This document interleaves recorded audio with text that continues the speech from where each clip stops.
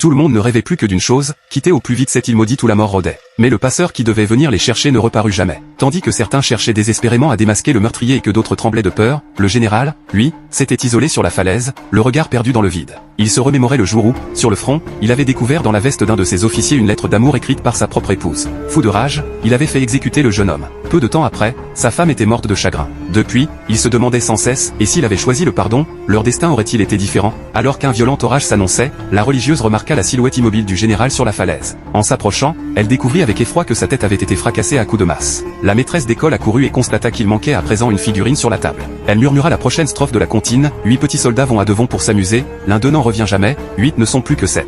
Cette fois, tous en étaient certains, ils vivaient un sinistre jeu inspiré de la comptine d'un loup-garou meurtrier qui gagnait à chaque fois. Ce n'est qu'à ce moment-là que chacun réalisa qu'aucun d'entre eux n'avait jamais vu le mystérieux hôte qui les avait invités. Tous avaient reçu une lettre différente, les conviant à venir pour des raisons variées. C'est alors que le juge fit une découverte, le nom du prétendu couple d'hôtes, Monsieur et Mrs Owen, pouvait se recomposer en unknown, autrement dit, une personne sans identité. La nuit tomba de nouveau. Qui serait la prochaine victime? Dans sa chambre, la religieuse priait à voix basse, les mains tremblantes. Elle était rongée par la culpabilité, autrefois, elle avait chassé sa fille adoptive lorsqu'elle avait découvert qu'elle était enceinte hors mariage. La jeune fille, désespérée, s'était donné la mort. Au matin, on retrouva le majordome mort dans la remise à bois, la tête fendue par une hache exactement comme l'indiquait la suite de la comptine, 7 petits soldats coupent du bois, l'un d'eux se tranche en deux, ils ne sont plus que 6. La strophe suivante disait, 6 petits soldats taquinent les abeilles, piqués de partout, ils ne sont plus que 5. Mais sur cette île déserte, il n'y avait pas la moindre abeille. Le massacre allait-il enfin s'arrêter? Peu après, on découvrit le corps sans vie de la religieuse. Une aiguille plantée dans son cou, sur laquelle était gravé le mot bide abeille. Les morts s'enchaînaient, mais le tueur demeurait invisible. C'est alors qu'on s'aperçut que le revolver du mercenaire avait disparu, sans aucune trace d'effraction.